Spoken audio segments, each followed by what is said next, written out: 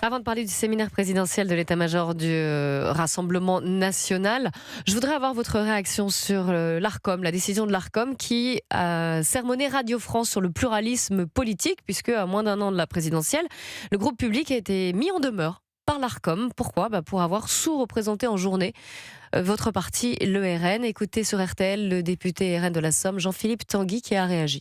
On est très mal traité. Bon, enfin, écoutez, moi je suis heureux que l'ARCOM remette les choses d'équerre. Il n'y a pas que Jordan Bardella qui peut venir faire des émissions. Nous sommes 140 députés avec beaucoup de porte-parole de qualité. Edwige Liaz, Laure Lavalette, Thomas Ménager, Laurent Jacobelli, Julien Oudoul.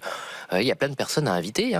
Parce que si vous voulez, le paradoxe, c'est qu'on nous dit oui, donc au Rassemblement national, il n'y a pas assez de personnalités. Et puis, quand on envoie des personnalités différentes, on nous dit non, on veut que Jordan Bardella ou Marine Le Pen. On est très content de les avoir, mais il y a d'autres personnalités amenées à avoir des responsabilités dans un futur gouvernement de Marine Le Pen et Jordan Bardella. Alexandre Nicolic, vous avez été invité sur Radio France ? Sur Radio France, ça m'est déjà arrivé, mais d'ailleurs peut-être qu'ils veulent se rattraper, je serai chez eux demain matin, sur France Info. Mais globalement, les chiffres de l'ARCOM sont éloquents. 60% de notre temps de parole a été diffusé entre minuit et 6h du matin et 5h59, donc sur France Info. Non, sur France Inter, et c'est 70% sur France Info. Et pendant la journée, vous avez des soi-disant humoristes qui prennent des positions avec une brutalité contre nous parfois terrible. Je crois que c'était Marie de Brouwer qui se dit humoriste mais qui avait succédé je crois à Guillaume Meurice, qui déjà lui-même avait souvent des chroniques anti-RN, qui disait récemment ah bon, Bardella a écrit un bouquin, on aura tout vu, il n'avait jamais vu de sa vie un stylo, le pauvre, il n'avait jamais vu de sa vie un livre, et très souvent on entend des moqueries. Alors, c'est sur le ton de l'humour mais c'est toujours dans le même sens en fait. Donc évidemment qu'il y a un parti pris. Et quand on regarde la moyenne aujourd'hui, notamment lors des matinales sur France Inter, on serait à 18%, quand on est donné à 34% sur les sondages. Par exemple, il n'y a aujourd'hui aucun média, c'est même 13% sur RMC BFM, qui est à la hauteur justement de notre poids électoral, à l'exception de CNews Europe 1. Donc merci à Europe 1 d'être égal dans cette répartition.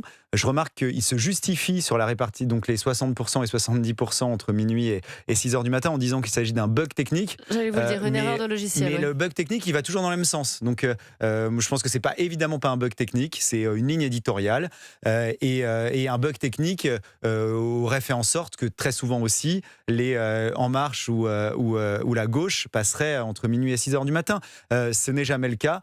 Nous, dans la journée, très souvent, ce sont des humoristes qui insultent le RN et ses électeurs. Et ensuite, on passe des extraits entre minuit et 6h du matin. C'est évidemment se moquer du monde, se moquer de l'argent des contribuables, notamment du Rassemblement national aujourd'hui au regard de notre poids électoral, sur des stations qui sont publiques et financées par l'État. Et il s'agit évidemment d'une honte démocratique. Donc vous saluez la décision de l'ARCOM. Est-ce que vous pensez que la commission d'enquête sur l'audiovisuel public, justement, sur la neutralité et le financement, est-ce qu'elle a eu du bon ? Est-ce que vous y voyez un lien de cause à effet ? Avec tout ce qui a pu ressortir, on espère qu'il va y avoir une prise en compte, parce que on a vu tout le long de cette commission d'enquête, et notamment avec les interventions de Charles Aloncle, qui a mis en difficulté régulièrement ses interlocuteurs sur parfois des tweets en dehors de l'antenne, mais avec des vrais partis pris. On voit qu'il y a une station aujourd'hui qui est totalement orientée, avec des gens qui se revendiquent de certains courants politiques. Et est-ce qu'un journaliste, un chroniqueur disant qu'il se sent plus proche du Rassemblement national, en se moquant systématiquement de la gauche, pourrait être chroniqueur sur une matinale sur France Inter ? Eh bien non. Évidemment, et je pense que c'est d'ailleurs qu'il faudrait surtout qu'il n'y ait aucune prise de position. Mais là, ça va toujours dans le même sens. Donc évidemment, il n'y a pas d'équité. Il y en a plusieurs qui prennent des positions en se revendiquant à gauche. Vous êtes toujours favorable à une privatisation du service public Oui, mais parce public. que déjà, c'est des milliards d'économies. Et donc on en a besoin, notamment pour financer la justice, par exemple. Je préfère qu'on mette ces milliards sur le système judiciaire pour faire en sorte d'accélérer les procédures, plutôt que sur un service public qui a un parti pris idéologique et qui est financé avec l'argent des contribuables. Et vous avez plein de chaînes qui font très bien leur travail. Beaucoup de gens qui travaillent sur ce service public continueront à le faire, mais avec des fonds privés. Et peut-être qu'ils seront plus regardants sur les dépenses, parce qu'on a vu certains abus, notamment sur le Festival de Cannes, sur des grands hôtels, sur tout ça avec l'argent des contribuables concernant le service public. Quand c'est de l'argent qui vient d'investisseurs privés, en général, ils regardent un peu plus les dépenses et ils ont un peu plus de respect de la dépense du budget justement pour ces stations. Donc ça irait dans le bon sens. Alexander Nekolic, puisque vous êtes porte-parole du Rassemblement national, expliquez-nous, y a-t-il des désaccords entre Marine Le Pen et Jordan Bardella sur la question des retraites, puisque la chef de file des députés du RN plaide pour un départ à 62 ans, alors que Jordan Bardella, lui, s'est montré un peu plus évasif sur le sujet. Pour Sébastien Chenu, ce matin sur France Inter, Jordan Bardella et Marine Le Pen sont sur la même ligne politique. Ah si, c'est le même programme. D'ailleurs, ils ont tous les deux été élus et fait campagne, que ce soit en 2022 ou en 2024, sur le même programme, législative, européenne. Notre programme, c'est que lorsque vous avez travaillé à partir de 20 ans, vous pouvez partir et que vous avez 40 annuités, vous pouvez partir à partir de 60 ans et à partir de 62 ans quand vous avez vos 42 annuités. Vous savez très bien quelle est notre offre et elle perdure. Mais donc les deux candidats sont exactement sur la même ligne, le même programme, il n'y a aucune différence. Bah oui. Pas l'épaisseur d'une feuille de papier. Bah non. Alors, oui, ça vous fait sourire, mais quand même, parce que on vous l'a expliqué. Il va y avoir un séminaire présidentiel de l'état-major du RN. Donc, évidemment, il va être question des retraites.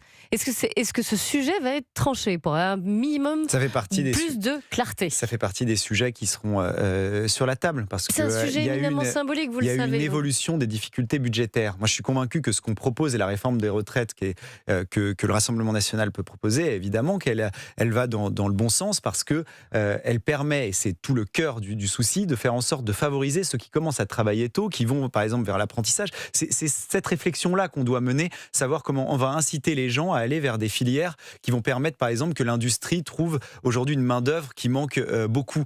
Et quand vous faites en sorte que, quand vous commencez à travailler entre 17 et 20 ans, plutôt que d'aller dans des facs où vous avez parfois pas de débouchés, par exemple en sociaux, et bien cette prospective qu'on peut faire en disant vous devez aller vers ces filières-là parce que c'est là où vous allez peut-être souvent mieux gagner votre vie, mais surtout créer de la richesse en France. Eh bien notre système des retraites, il est adapté à ça et il va permettre justement de financer les retraites en France.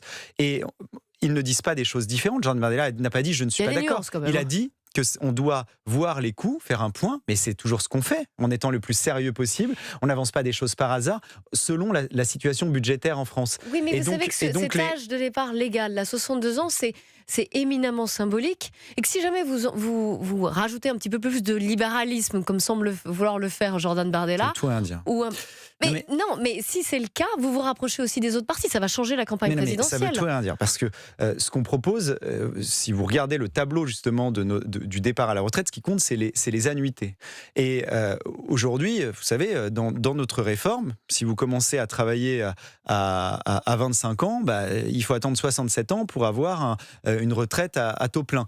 Donc on était sur ces 42 annuités, par exemple. Donc parfois, on nous a dit de manière caricaturale, c'est systématiquement 60 ans ou 62 ans.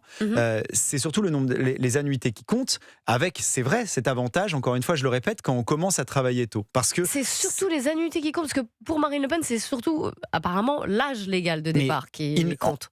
Mais non, parce que si vous voulez, dans le tableau qu'on a présenté de manière sérieuse et budgétisé sur le coût que ça représenterait, le coût immédiat, mais sans évoquer la richesse supplémentaire en termes de productivité qu'on